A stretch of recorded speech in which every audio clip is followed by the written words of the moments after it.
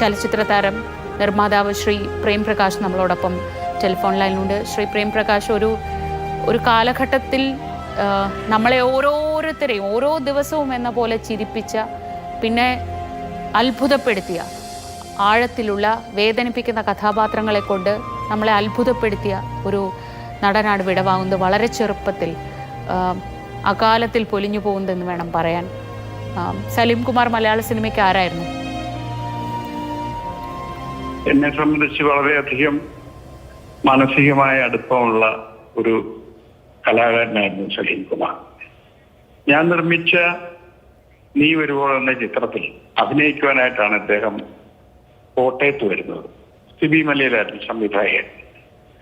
ആ ചിത്രത്തിലെ ഒരു വേഷം അഭിനയിപ്പിച്ചു നോക്കിയിട്ട് സിബി മലയിലിന് ആ ക്യാരക്ടർ ചെയ്യാൻ സലീം പോരാ എന്നുള്ള നിലയിൽ പറയുകയും അദ്ദേഹത്തെ തിരിച്ചയക്കുകയും ചെയ്തു. ഇത് മീഡിയയിലൊക്കെ വന്നതാണ്. എന്നാൽ തിരിച്ചയച്ച കാര്യം അന്നും ഞാൻ അറിഞ്ഞിരുന്നില്ല. പ്രൊഡ്യൂസർ ആണെങ്കിലും ഞാനത് അറിഞ്ഞിരുന്നില്ല. ഇങ്ങനെ ഒരാൾ വന്നു പോയത് പറഞ്ഞില്ല. ആ റോള് പിന്നെ ചെയ്തത് ഇന്ദ്രൻസ് ആണ് ചെയ്തത്. ഇതിനുശേഷം ഞങ്ങൾ തമ്മിൽ കാണുന്നത് ശരിക്കും ഞാൻ തന്നെ നിർമ്മിച്ച അയാളും ഞാനും തമ്മിലെന്ന ചിത്രം, എന്റെ മക്കൾ ബോബിയും സഞ്ജയും എഴുതിയ പടം. ആ ചിത്രത്തിലെ അഭിനയത്തിന് അദ്ദേഹത്തിന് ഏറ്റവും നല്ല ഹാസ്യനടനുള്ള സംസ്ഥാന അവാർഡ് ലഭിക്കുകയുണ്ടായി. വളരെയധികം സന്തോഷമുള്ള കാര്യമാണ്. അവിടെ മൂന്നാറിലായിരുന്നു എന്റെ ഷൂട്ടിങ്. അവിടെ വെച്ച് എന്നോട് ഈ നീ വരുവോളത്തിന്റെ കാര്യം പറയുകയും, എന്നാൽ ആദ്യം സലീമിനൊരു സംശയം ഉണ്ടായിരുന്നു. ഞാൻ പ്രൊഡ്യൂസർ എന്നുള്ള നിലയ്ക്ക് അന്ന് നീ വരുവോളത്തിന് ഞാനും കൂടെ ഉൾപ്പെട്ടാണോ പുള്ളിയെ തിരിച്ചയച്ചതെന്നുള്ളത്. അതല്ല എന്ന് പുള്ളിക്ക് മനസ്സിലായി. പുള്ളിയെ തിരിച്ചറിഞ്ഞ് എന്നോട് വളരെ സന്തോഷമായി സംസാരിച്ചു.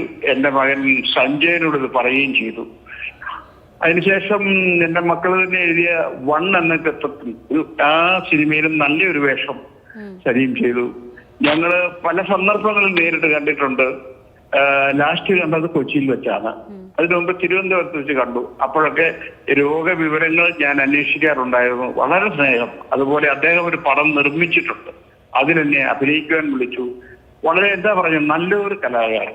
അദ്ദേഹം ഒരു സാംസ്കാരികമായിട്ട് മാത്രം ഞാൻ ചിത്രീകരിക്കുന്നില്ല. നല്ലൊരു സ്വഭാവ നടൻ കൂടിയായിരുന്നു. നല്ലൊരു തികഞ്ഞ കലാകാരനായിരുന്നു.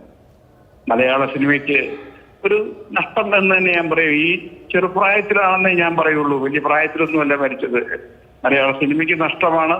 എനിക്ക് വ്യക്തിപരമായിട്ട് എൻ്റെ ഒരു നല്ല സുഹൃത്ത് എന്നുള്ള നിലയിൽ നഷ്ടമാണ്. അനുശോചിക്കുകയല്ലാതെ ഈ സമയത്ത് നമുക്ക് എന്ത് പറയാൻ പറ്റും?